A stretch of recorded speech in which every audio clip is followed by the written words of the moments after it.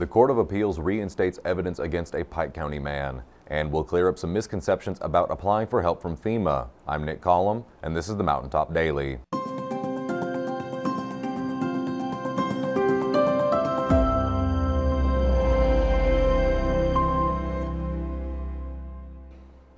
The drug trafficking case against a Pike County man is moving forward again after the Kentucky Court of Appeals reinstated evidence a trial judge had ruled inadmissible.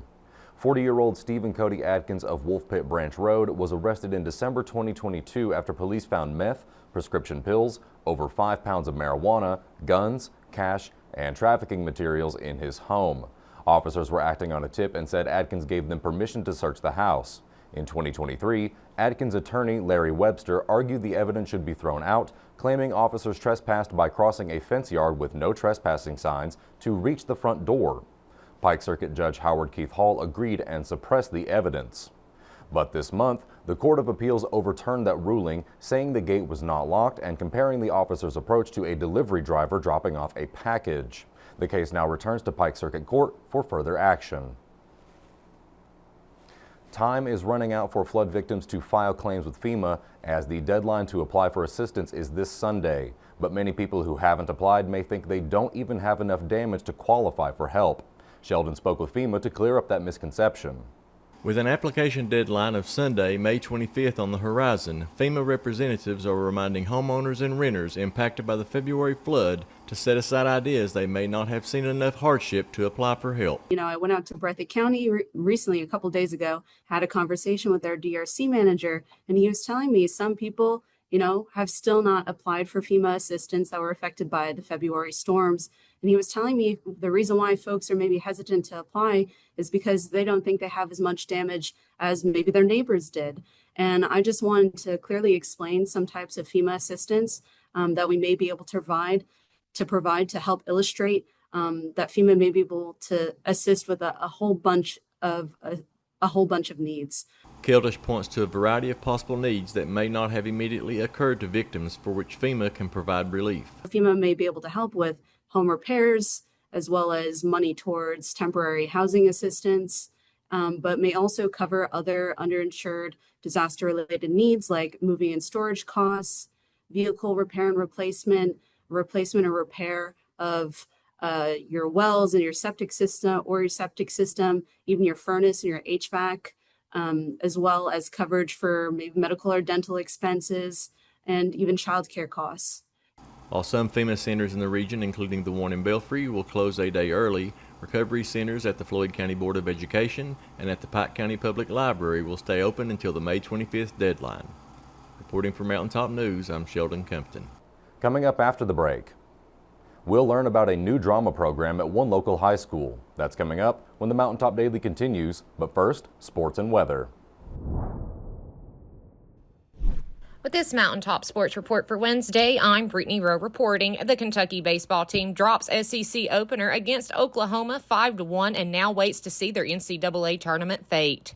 In basketball news, Kentucky head basketball coach Mark Pope, along with incoming freshmen Jasper Johnson and Malachi Marino, will take part in the USA Basketball National Team training camp in Colorado Springs. This will serve as Pope's first official role with Team USA. For the latest area high school and college sports news, remember to check us out at mountain-topsports.com or check us out on Facebook, X, and TikTok. Reporting for Mountaintop Sports, I'm Brittany Rowe.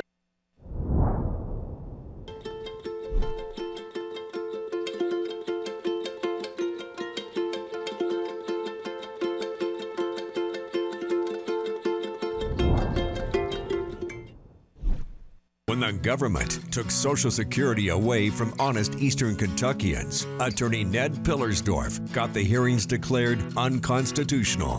When the women guards were harassed at Little Sandy Jail, Ned fought back, securing a $1 million verdict at trial.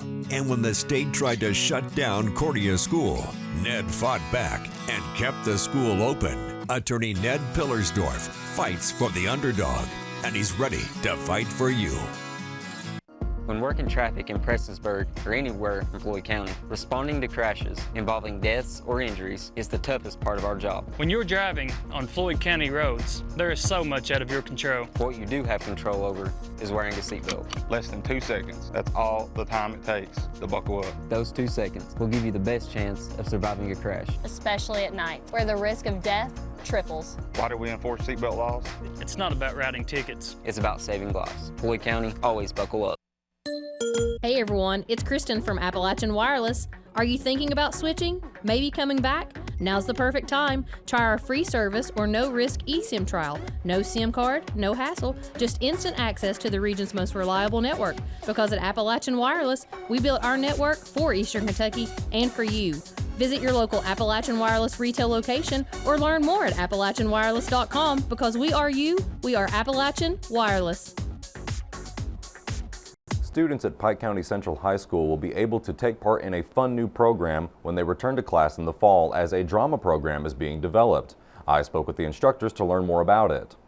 Pike Central High School will soon see the return of their theater program this fall, where students can learn more about the performing arts. Local theater groups such as the Appalachian Center for the Arts are willing to move the program forward and prepare students for future shows. Pike Central's band and choir will also be lending their talents in several ways. This theater class is going to be something that students can participate during the school day, and we're going to be partnering with local theaters in the community to offer students a new way and a new outlet. We're known for our bands and choirs here at Pike Central, so this is just an expansion of our arts department and being able to give students more opportunity. This past year, we started talking to students and getting some ideas about what students would be interested in theater. And we found out that some of them have been traveling and working with other theater companies and departments. And to be able to do that in their home school is something that they are excited about. They're excited to be able to show their talents in the community in this new format. Chorus director Jacob Thacker is glad to be working with students who are expressing interest in theater thanks to his background in performing arts. The school plans to eventually add musical theater to the curriculum. I want musical theater to kind of be an extension of our choir program here at Pike Central. The kids have worked really hard for me with distinguished ratings the past 2 years, so I'd really love to have their musical abilities mixed with these students that have done theater in our community and really get a good production going. Now for the jazz band, I would really like to have them involved in orchestration, having them play the pit and play the score for the music. So really a collaborative kind of thing between all the arts department here. So this is just the next big step for us, I think. I think it's just adding that other layer and giving students another way to express themselves in the arts. That will do it for this edition of the Mountaintop Daily. Be sure to check us out at 6 p.m. every weekday on Mountaintop TV, the Mountaintop TV app, and the Mountaintop News Facebook page. With your Mountaintop Daily, I'm Nick Collum for Mountaintop News.